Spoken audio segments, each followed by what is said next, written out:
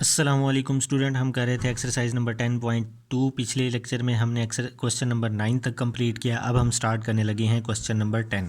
तो हमारे पास tan अल्फ़ा की वैल्यू गिवन है, cos बीटा की वैल्यू गिवन है और आगे कहा है कि terminal side of the angle alpha nor beta is in one quadrant. तो ना ही अल्फ़ा ना ही बीटा फर्स्ट क्वाड्रेंट में नहीं है। तो हमें पता लगाना है कि ये किस क्वाड्रेंट में है। हमें पता है कि जो हमारे पास क्वाड्रेंट्स होते हैं, tan फर्स्ट में और थर्ड में पॉजिटिव होता है। तो चूंकि tan पॉजिटिव है तो फर्स्ट में और थर्ड में है, लेकिन क्वेश्चन में उसने कहा है कि फर्स्ट में नहीं है। ठीक है, क्वेश्चन में उसने कहा है कि जो कि है अल्फ़ा 1 में नहीं है, तो 1 में नहीं है इसका मतलब थर्ड में है। तो आपने लिखना है alpha lies in third quadrant. इसी तरह बीटा को देखना है। बीटा पॉजिटिव किस किस में होता है, फर्स्ट में होता है और फोर्थ में। कॉज पॉजिटिव फर्स्ट में और फोर्थ में होता है। तो फर्स्ट में क्वेश्चन में नहीं है, तो क्वेश्चन में कहा गया कि फर्स्ट में नहीं है, तो इसका मतलब बीटा फोर्थ क्वाड्रेंट में है। तो beta lies in fourth quadrant. तो ये जो कि है बीटा हमारे पास आ गया।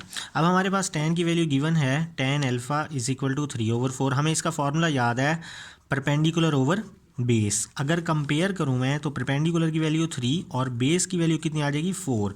तो फार्मूला क्या होता है, परपेंडिकुलर का स्क्वायर प्लस बेस का square is equal to hypotenuse का स्क्वायर। परपेंडिकुलर की जगह 3 आ जाएगी, बेस की जगह 4 आ जाएगा और हाइपोटेन्यूज का स्क्वायर आ जाएगा। तो हमारे पास ये कितना बनेगा, 25 इज इक्वल टू हाइपोटेन्यूज का स्क्वायर। 25 का दोनों तरफ स्क्वायर रूट लूँगा मैं, तो हमारे पास आ जाएगा 5। तो ये हाइपोटेन्यूज की वैल्यू आ गई। अब tan की चूंकि वैल्यू गिवन है तो हमने साइन और कॉस की वैल्यू निकालनी है। यहाँ पे एंगल अल्फा है तो इसलिए अल्फा आएगा। साइन का फॉर्मूला होता है परपेंडिकुलर ओवर हाइपोटेन्यूज। तो परपेंडिकुलर की वैल्यू जो कि हमारे पास 3 है, हाइपोटेन्यूज की वैल्यू जो कि है वो हमारे पास आई है 5। इसी तरह से अब हमने साइन की निकाल ली, कॉस की निकालनी है। कॉस की होती है बेस ओवर हाइपोटेन्यूज के इक्वल। तो बेस की वैल्यू जो कि है 4 है, ये हमारे पास बेस की जगह पे आ जाएगा 4 और हाइपोटेन्यूज की जगह क्या आ जाएगा 5 आ जाएगा। तो हमने अल्फा था तो साइन और कॉस निकाल लिया। अब बीटा में भी हमने ऐसे ही करना है। कॉस बीटा जो कि है हमारे पास किसके इक्वल है, 5/13 विच इज, और कॉस का फॉर्मूला क्या होता है, बेस ओवर हाइपोटेन्यूज। तो कंपेयर करूंगा मैं तो बेस की वैल्यू क्या आ जाएगी 5, हाइपोटेन्यूज की वैल्यू क्या आ जाएगी 13। तो वो फिथागोरस थ्योरम वाला मैं फॉर्मूला लगाऊंगा, परपेंडिकुलर का स्क्वायर प्लस बेस का square is equal to hypotenuse का square, same as it is जैसे यहाँ किया है। तो परपेंडिकुलर का square as it is, base की जगह 5 आ जाएगा, हाइपोटेन्यूज की जगह 13 आ जाएगा। तो परपेंडिकुलर का स्क्वायर 13 का स्क्वायर 169 होता है और 5 का स्क्वायर 25 इधर आके माइनस होके हमारे पास बच जाएगा 144। तो जब मैं दोनों तरफ स्क्वायर रूट लूँगा तो परपेंडिकुलर की वैल्यू क्या आ जाएगी 12। अब कॉस की वैल्यू गिवन है तो हमें साइन की निकालनी है। साइन एंगल यहाँ पे बीटा है तो यहाँ पे भी हमें बीटा लाना है। तो साइन का फॉर्मूला होता है परपेंडिकुलर ओवर हाइपोटेन्यूज। तो परपेंडिकुलर की वैल्यू है हमारे पास 12, हाइपोटेन्यूज की जो वैल्यू है वो है 13। ठीक है, अब अल्फा थर्ड क्वाड्रेंट में है तो थर्ड क्वाड्रेंट में tan पॉजिटिव होता है, बाकी सारे नेगेटिव होते हैं। तो साइन को भी नेगेटिव कर देना है, कॉस को भी नेगेटिव कर देना है। तो और बीटा जो क्या है फोर्थ क्वाड्रेंट में है, तो फोर्थ क्वाड्रेंट में सिर्फ कॉस पॉजिटिव होता है, तो साइन क्या होता है नेगेटिव। अब हमने फाइंड करना है साइन अल्फा प्लस बीटा और cos alpha plus beta. Sine alpha plus beta find करना है तो इसका फॉर्मूला लिखेंगे हम, sine into alpha plus beta किसके इक्वल होता है, साइन अल्फा प्लस बीटा का formula sine alpha cos beta plus cos alpha sine beta. ये पीछे फॉर्मूले दिए हुए हैं, ये वहाँ से बेशक देख लीजिएगा। तो ये साइन अल्फ़ा है तो साइन अल्फ़ा की वैल्यू आई -3/5 और कॉस बीटा है, कॉस बीटा की वैल्यू ये है हमारे पास 5/13। तो यहाँ पे आ जाएगा 5/13 प्लस कॉस अल्फ़ा की वैल्यू -4/5 और साइन बीटा की वैल्यू क्या है -12/13।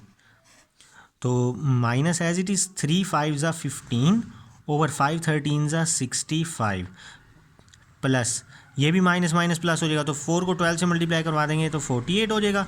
5 13 ज़ा 65।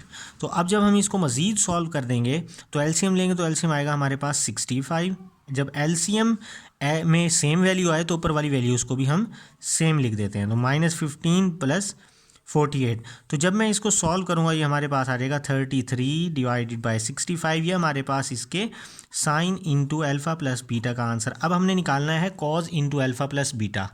हमने निकाला साइन अल्फ़ा प्लस बीटा, अब हमने निकालना है कॉज अल्फ़ा प्लस बीटा। तो क्या करेंगे, कॉज अल्फ़ा प्लस बीटा का फॉर्मूला ओपन कर देंगे, cos alpha cos beta plus है तो माइनस आएगा, minus sine alpha sine beta. अब हमने जस्ट वैल्यूज पुट करनी है कॉज अल्फ़ा, तो हमारे पास यहाँ पे कॉज अल्फ़ा की वैल्यू है -4/5, तो इधर आ जाएगा कॉज अल्फ़ा की जगह -4/5।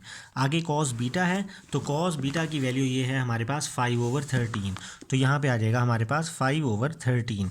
इसी तरह से है आगे साइन अल्फ़ा, तो साइन अल्फ़ा की वैल्यू -3/5,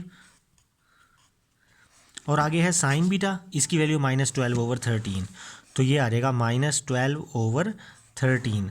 तो ये -4 को 15 से मल्टीप्लाई करेंगे तो 60 आ जाएगा, 5 को 13 से मल्टीप्लाई करेंगे 65 आ जाएगा, माइनस माइनस प्लस, और ये दोनों प्लस हो जाएंगे, ये माइनस एज इट इज़ आ जाएगा।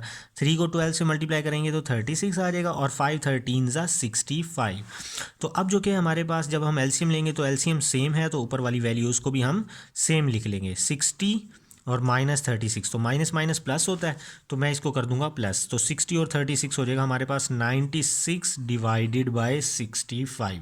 सॉरी, एक मिस्टेक हो गई, उसके लिए माजरत। यहाँ पे है 5/13 कॉस बीटा की वैल्यू, तो मैंने इधर कॉस बीटा की वैल्यू 15 लिख दिया, तो इधर आएगा 5, तो 4 5 ज़ा 20, तो यहाँ पे आ जाएगा हमारे पास 20, तो इस 60 की जगह 20 हो जाएगा, 20 और 36 56 हो जाएगा, तो यहाँ पे 5, तो हमारा आंसर आया -56/65।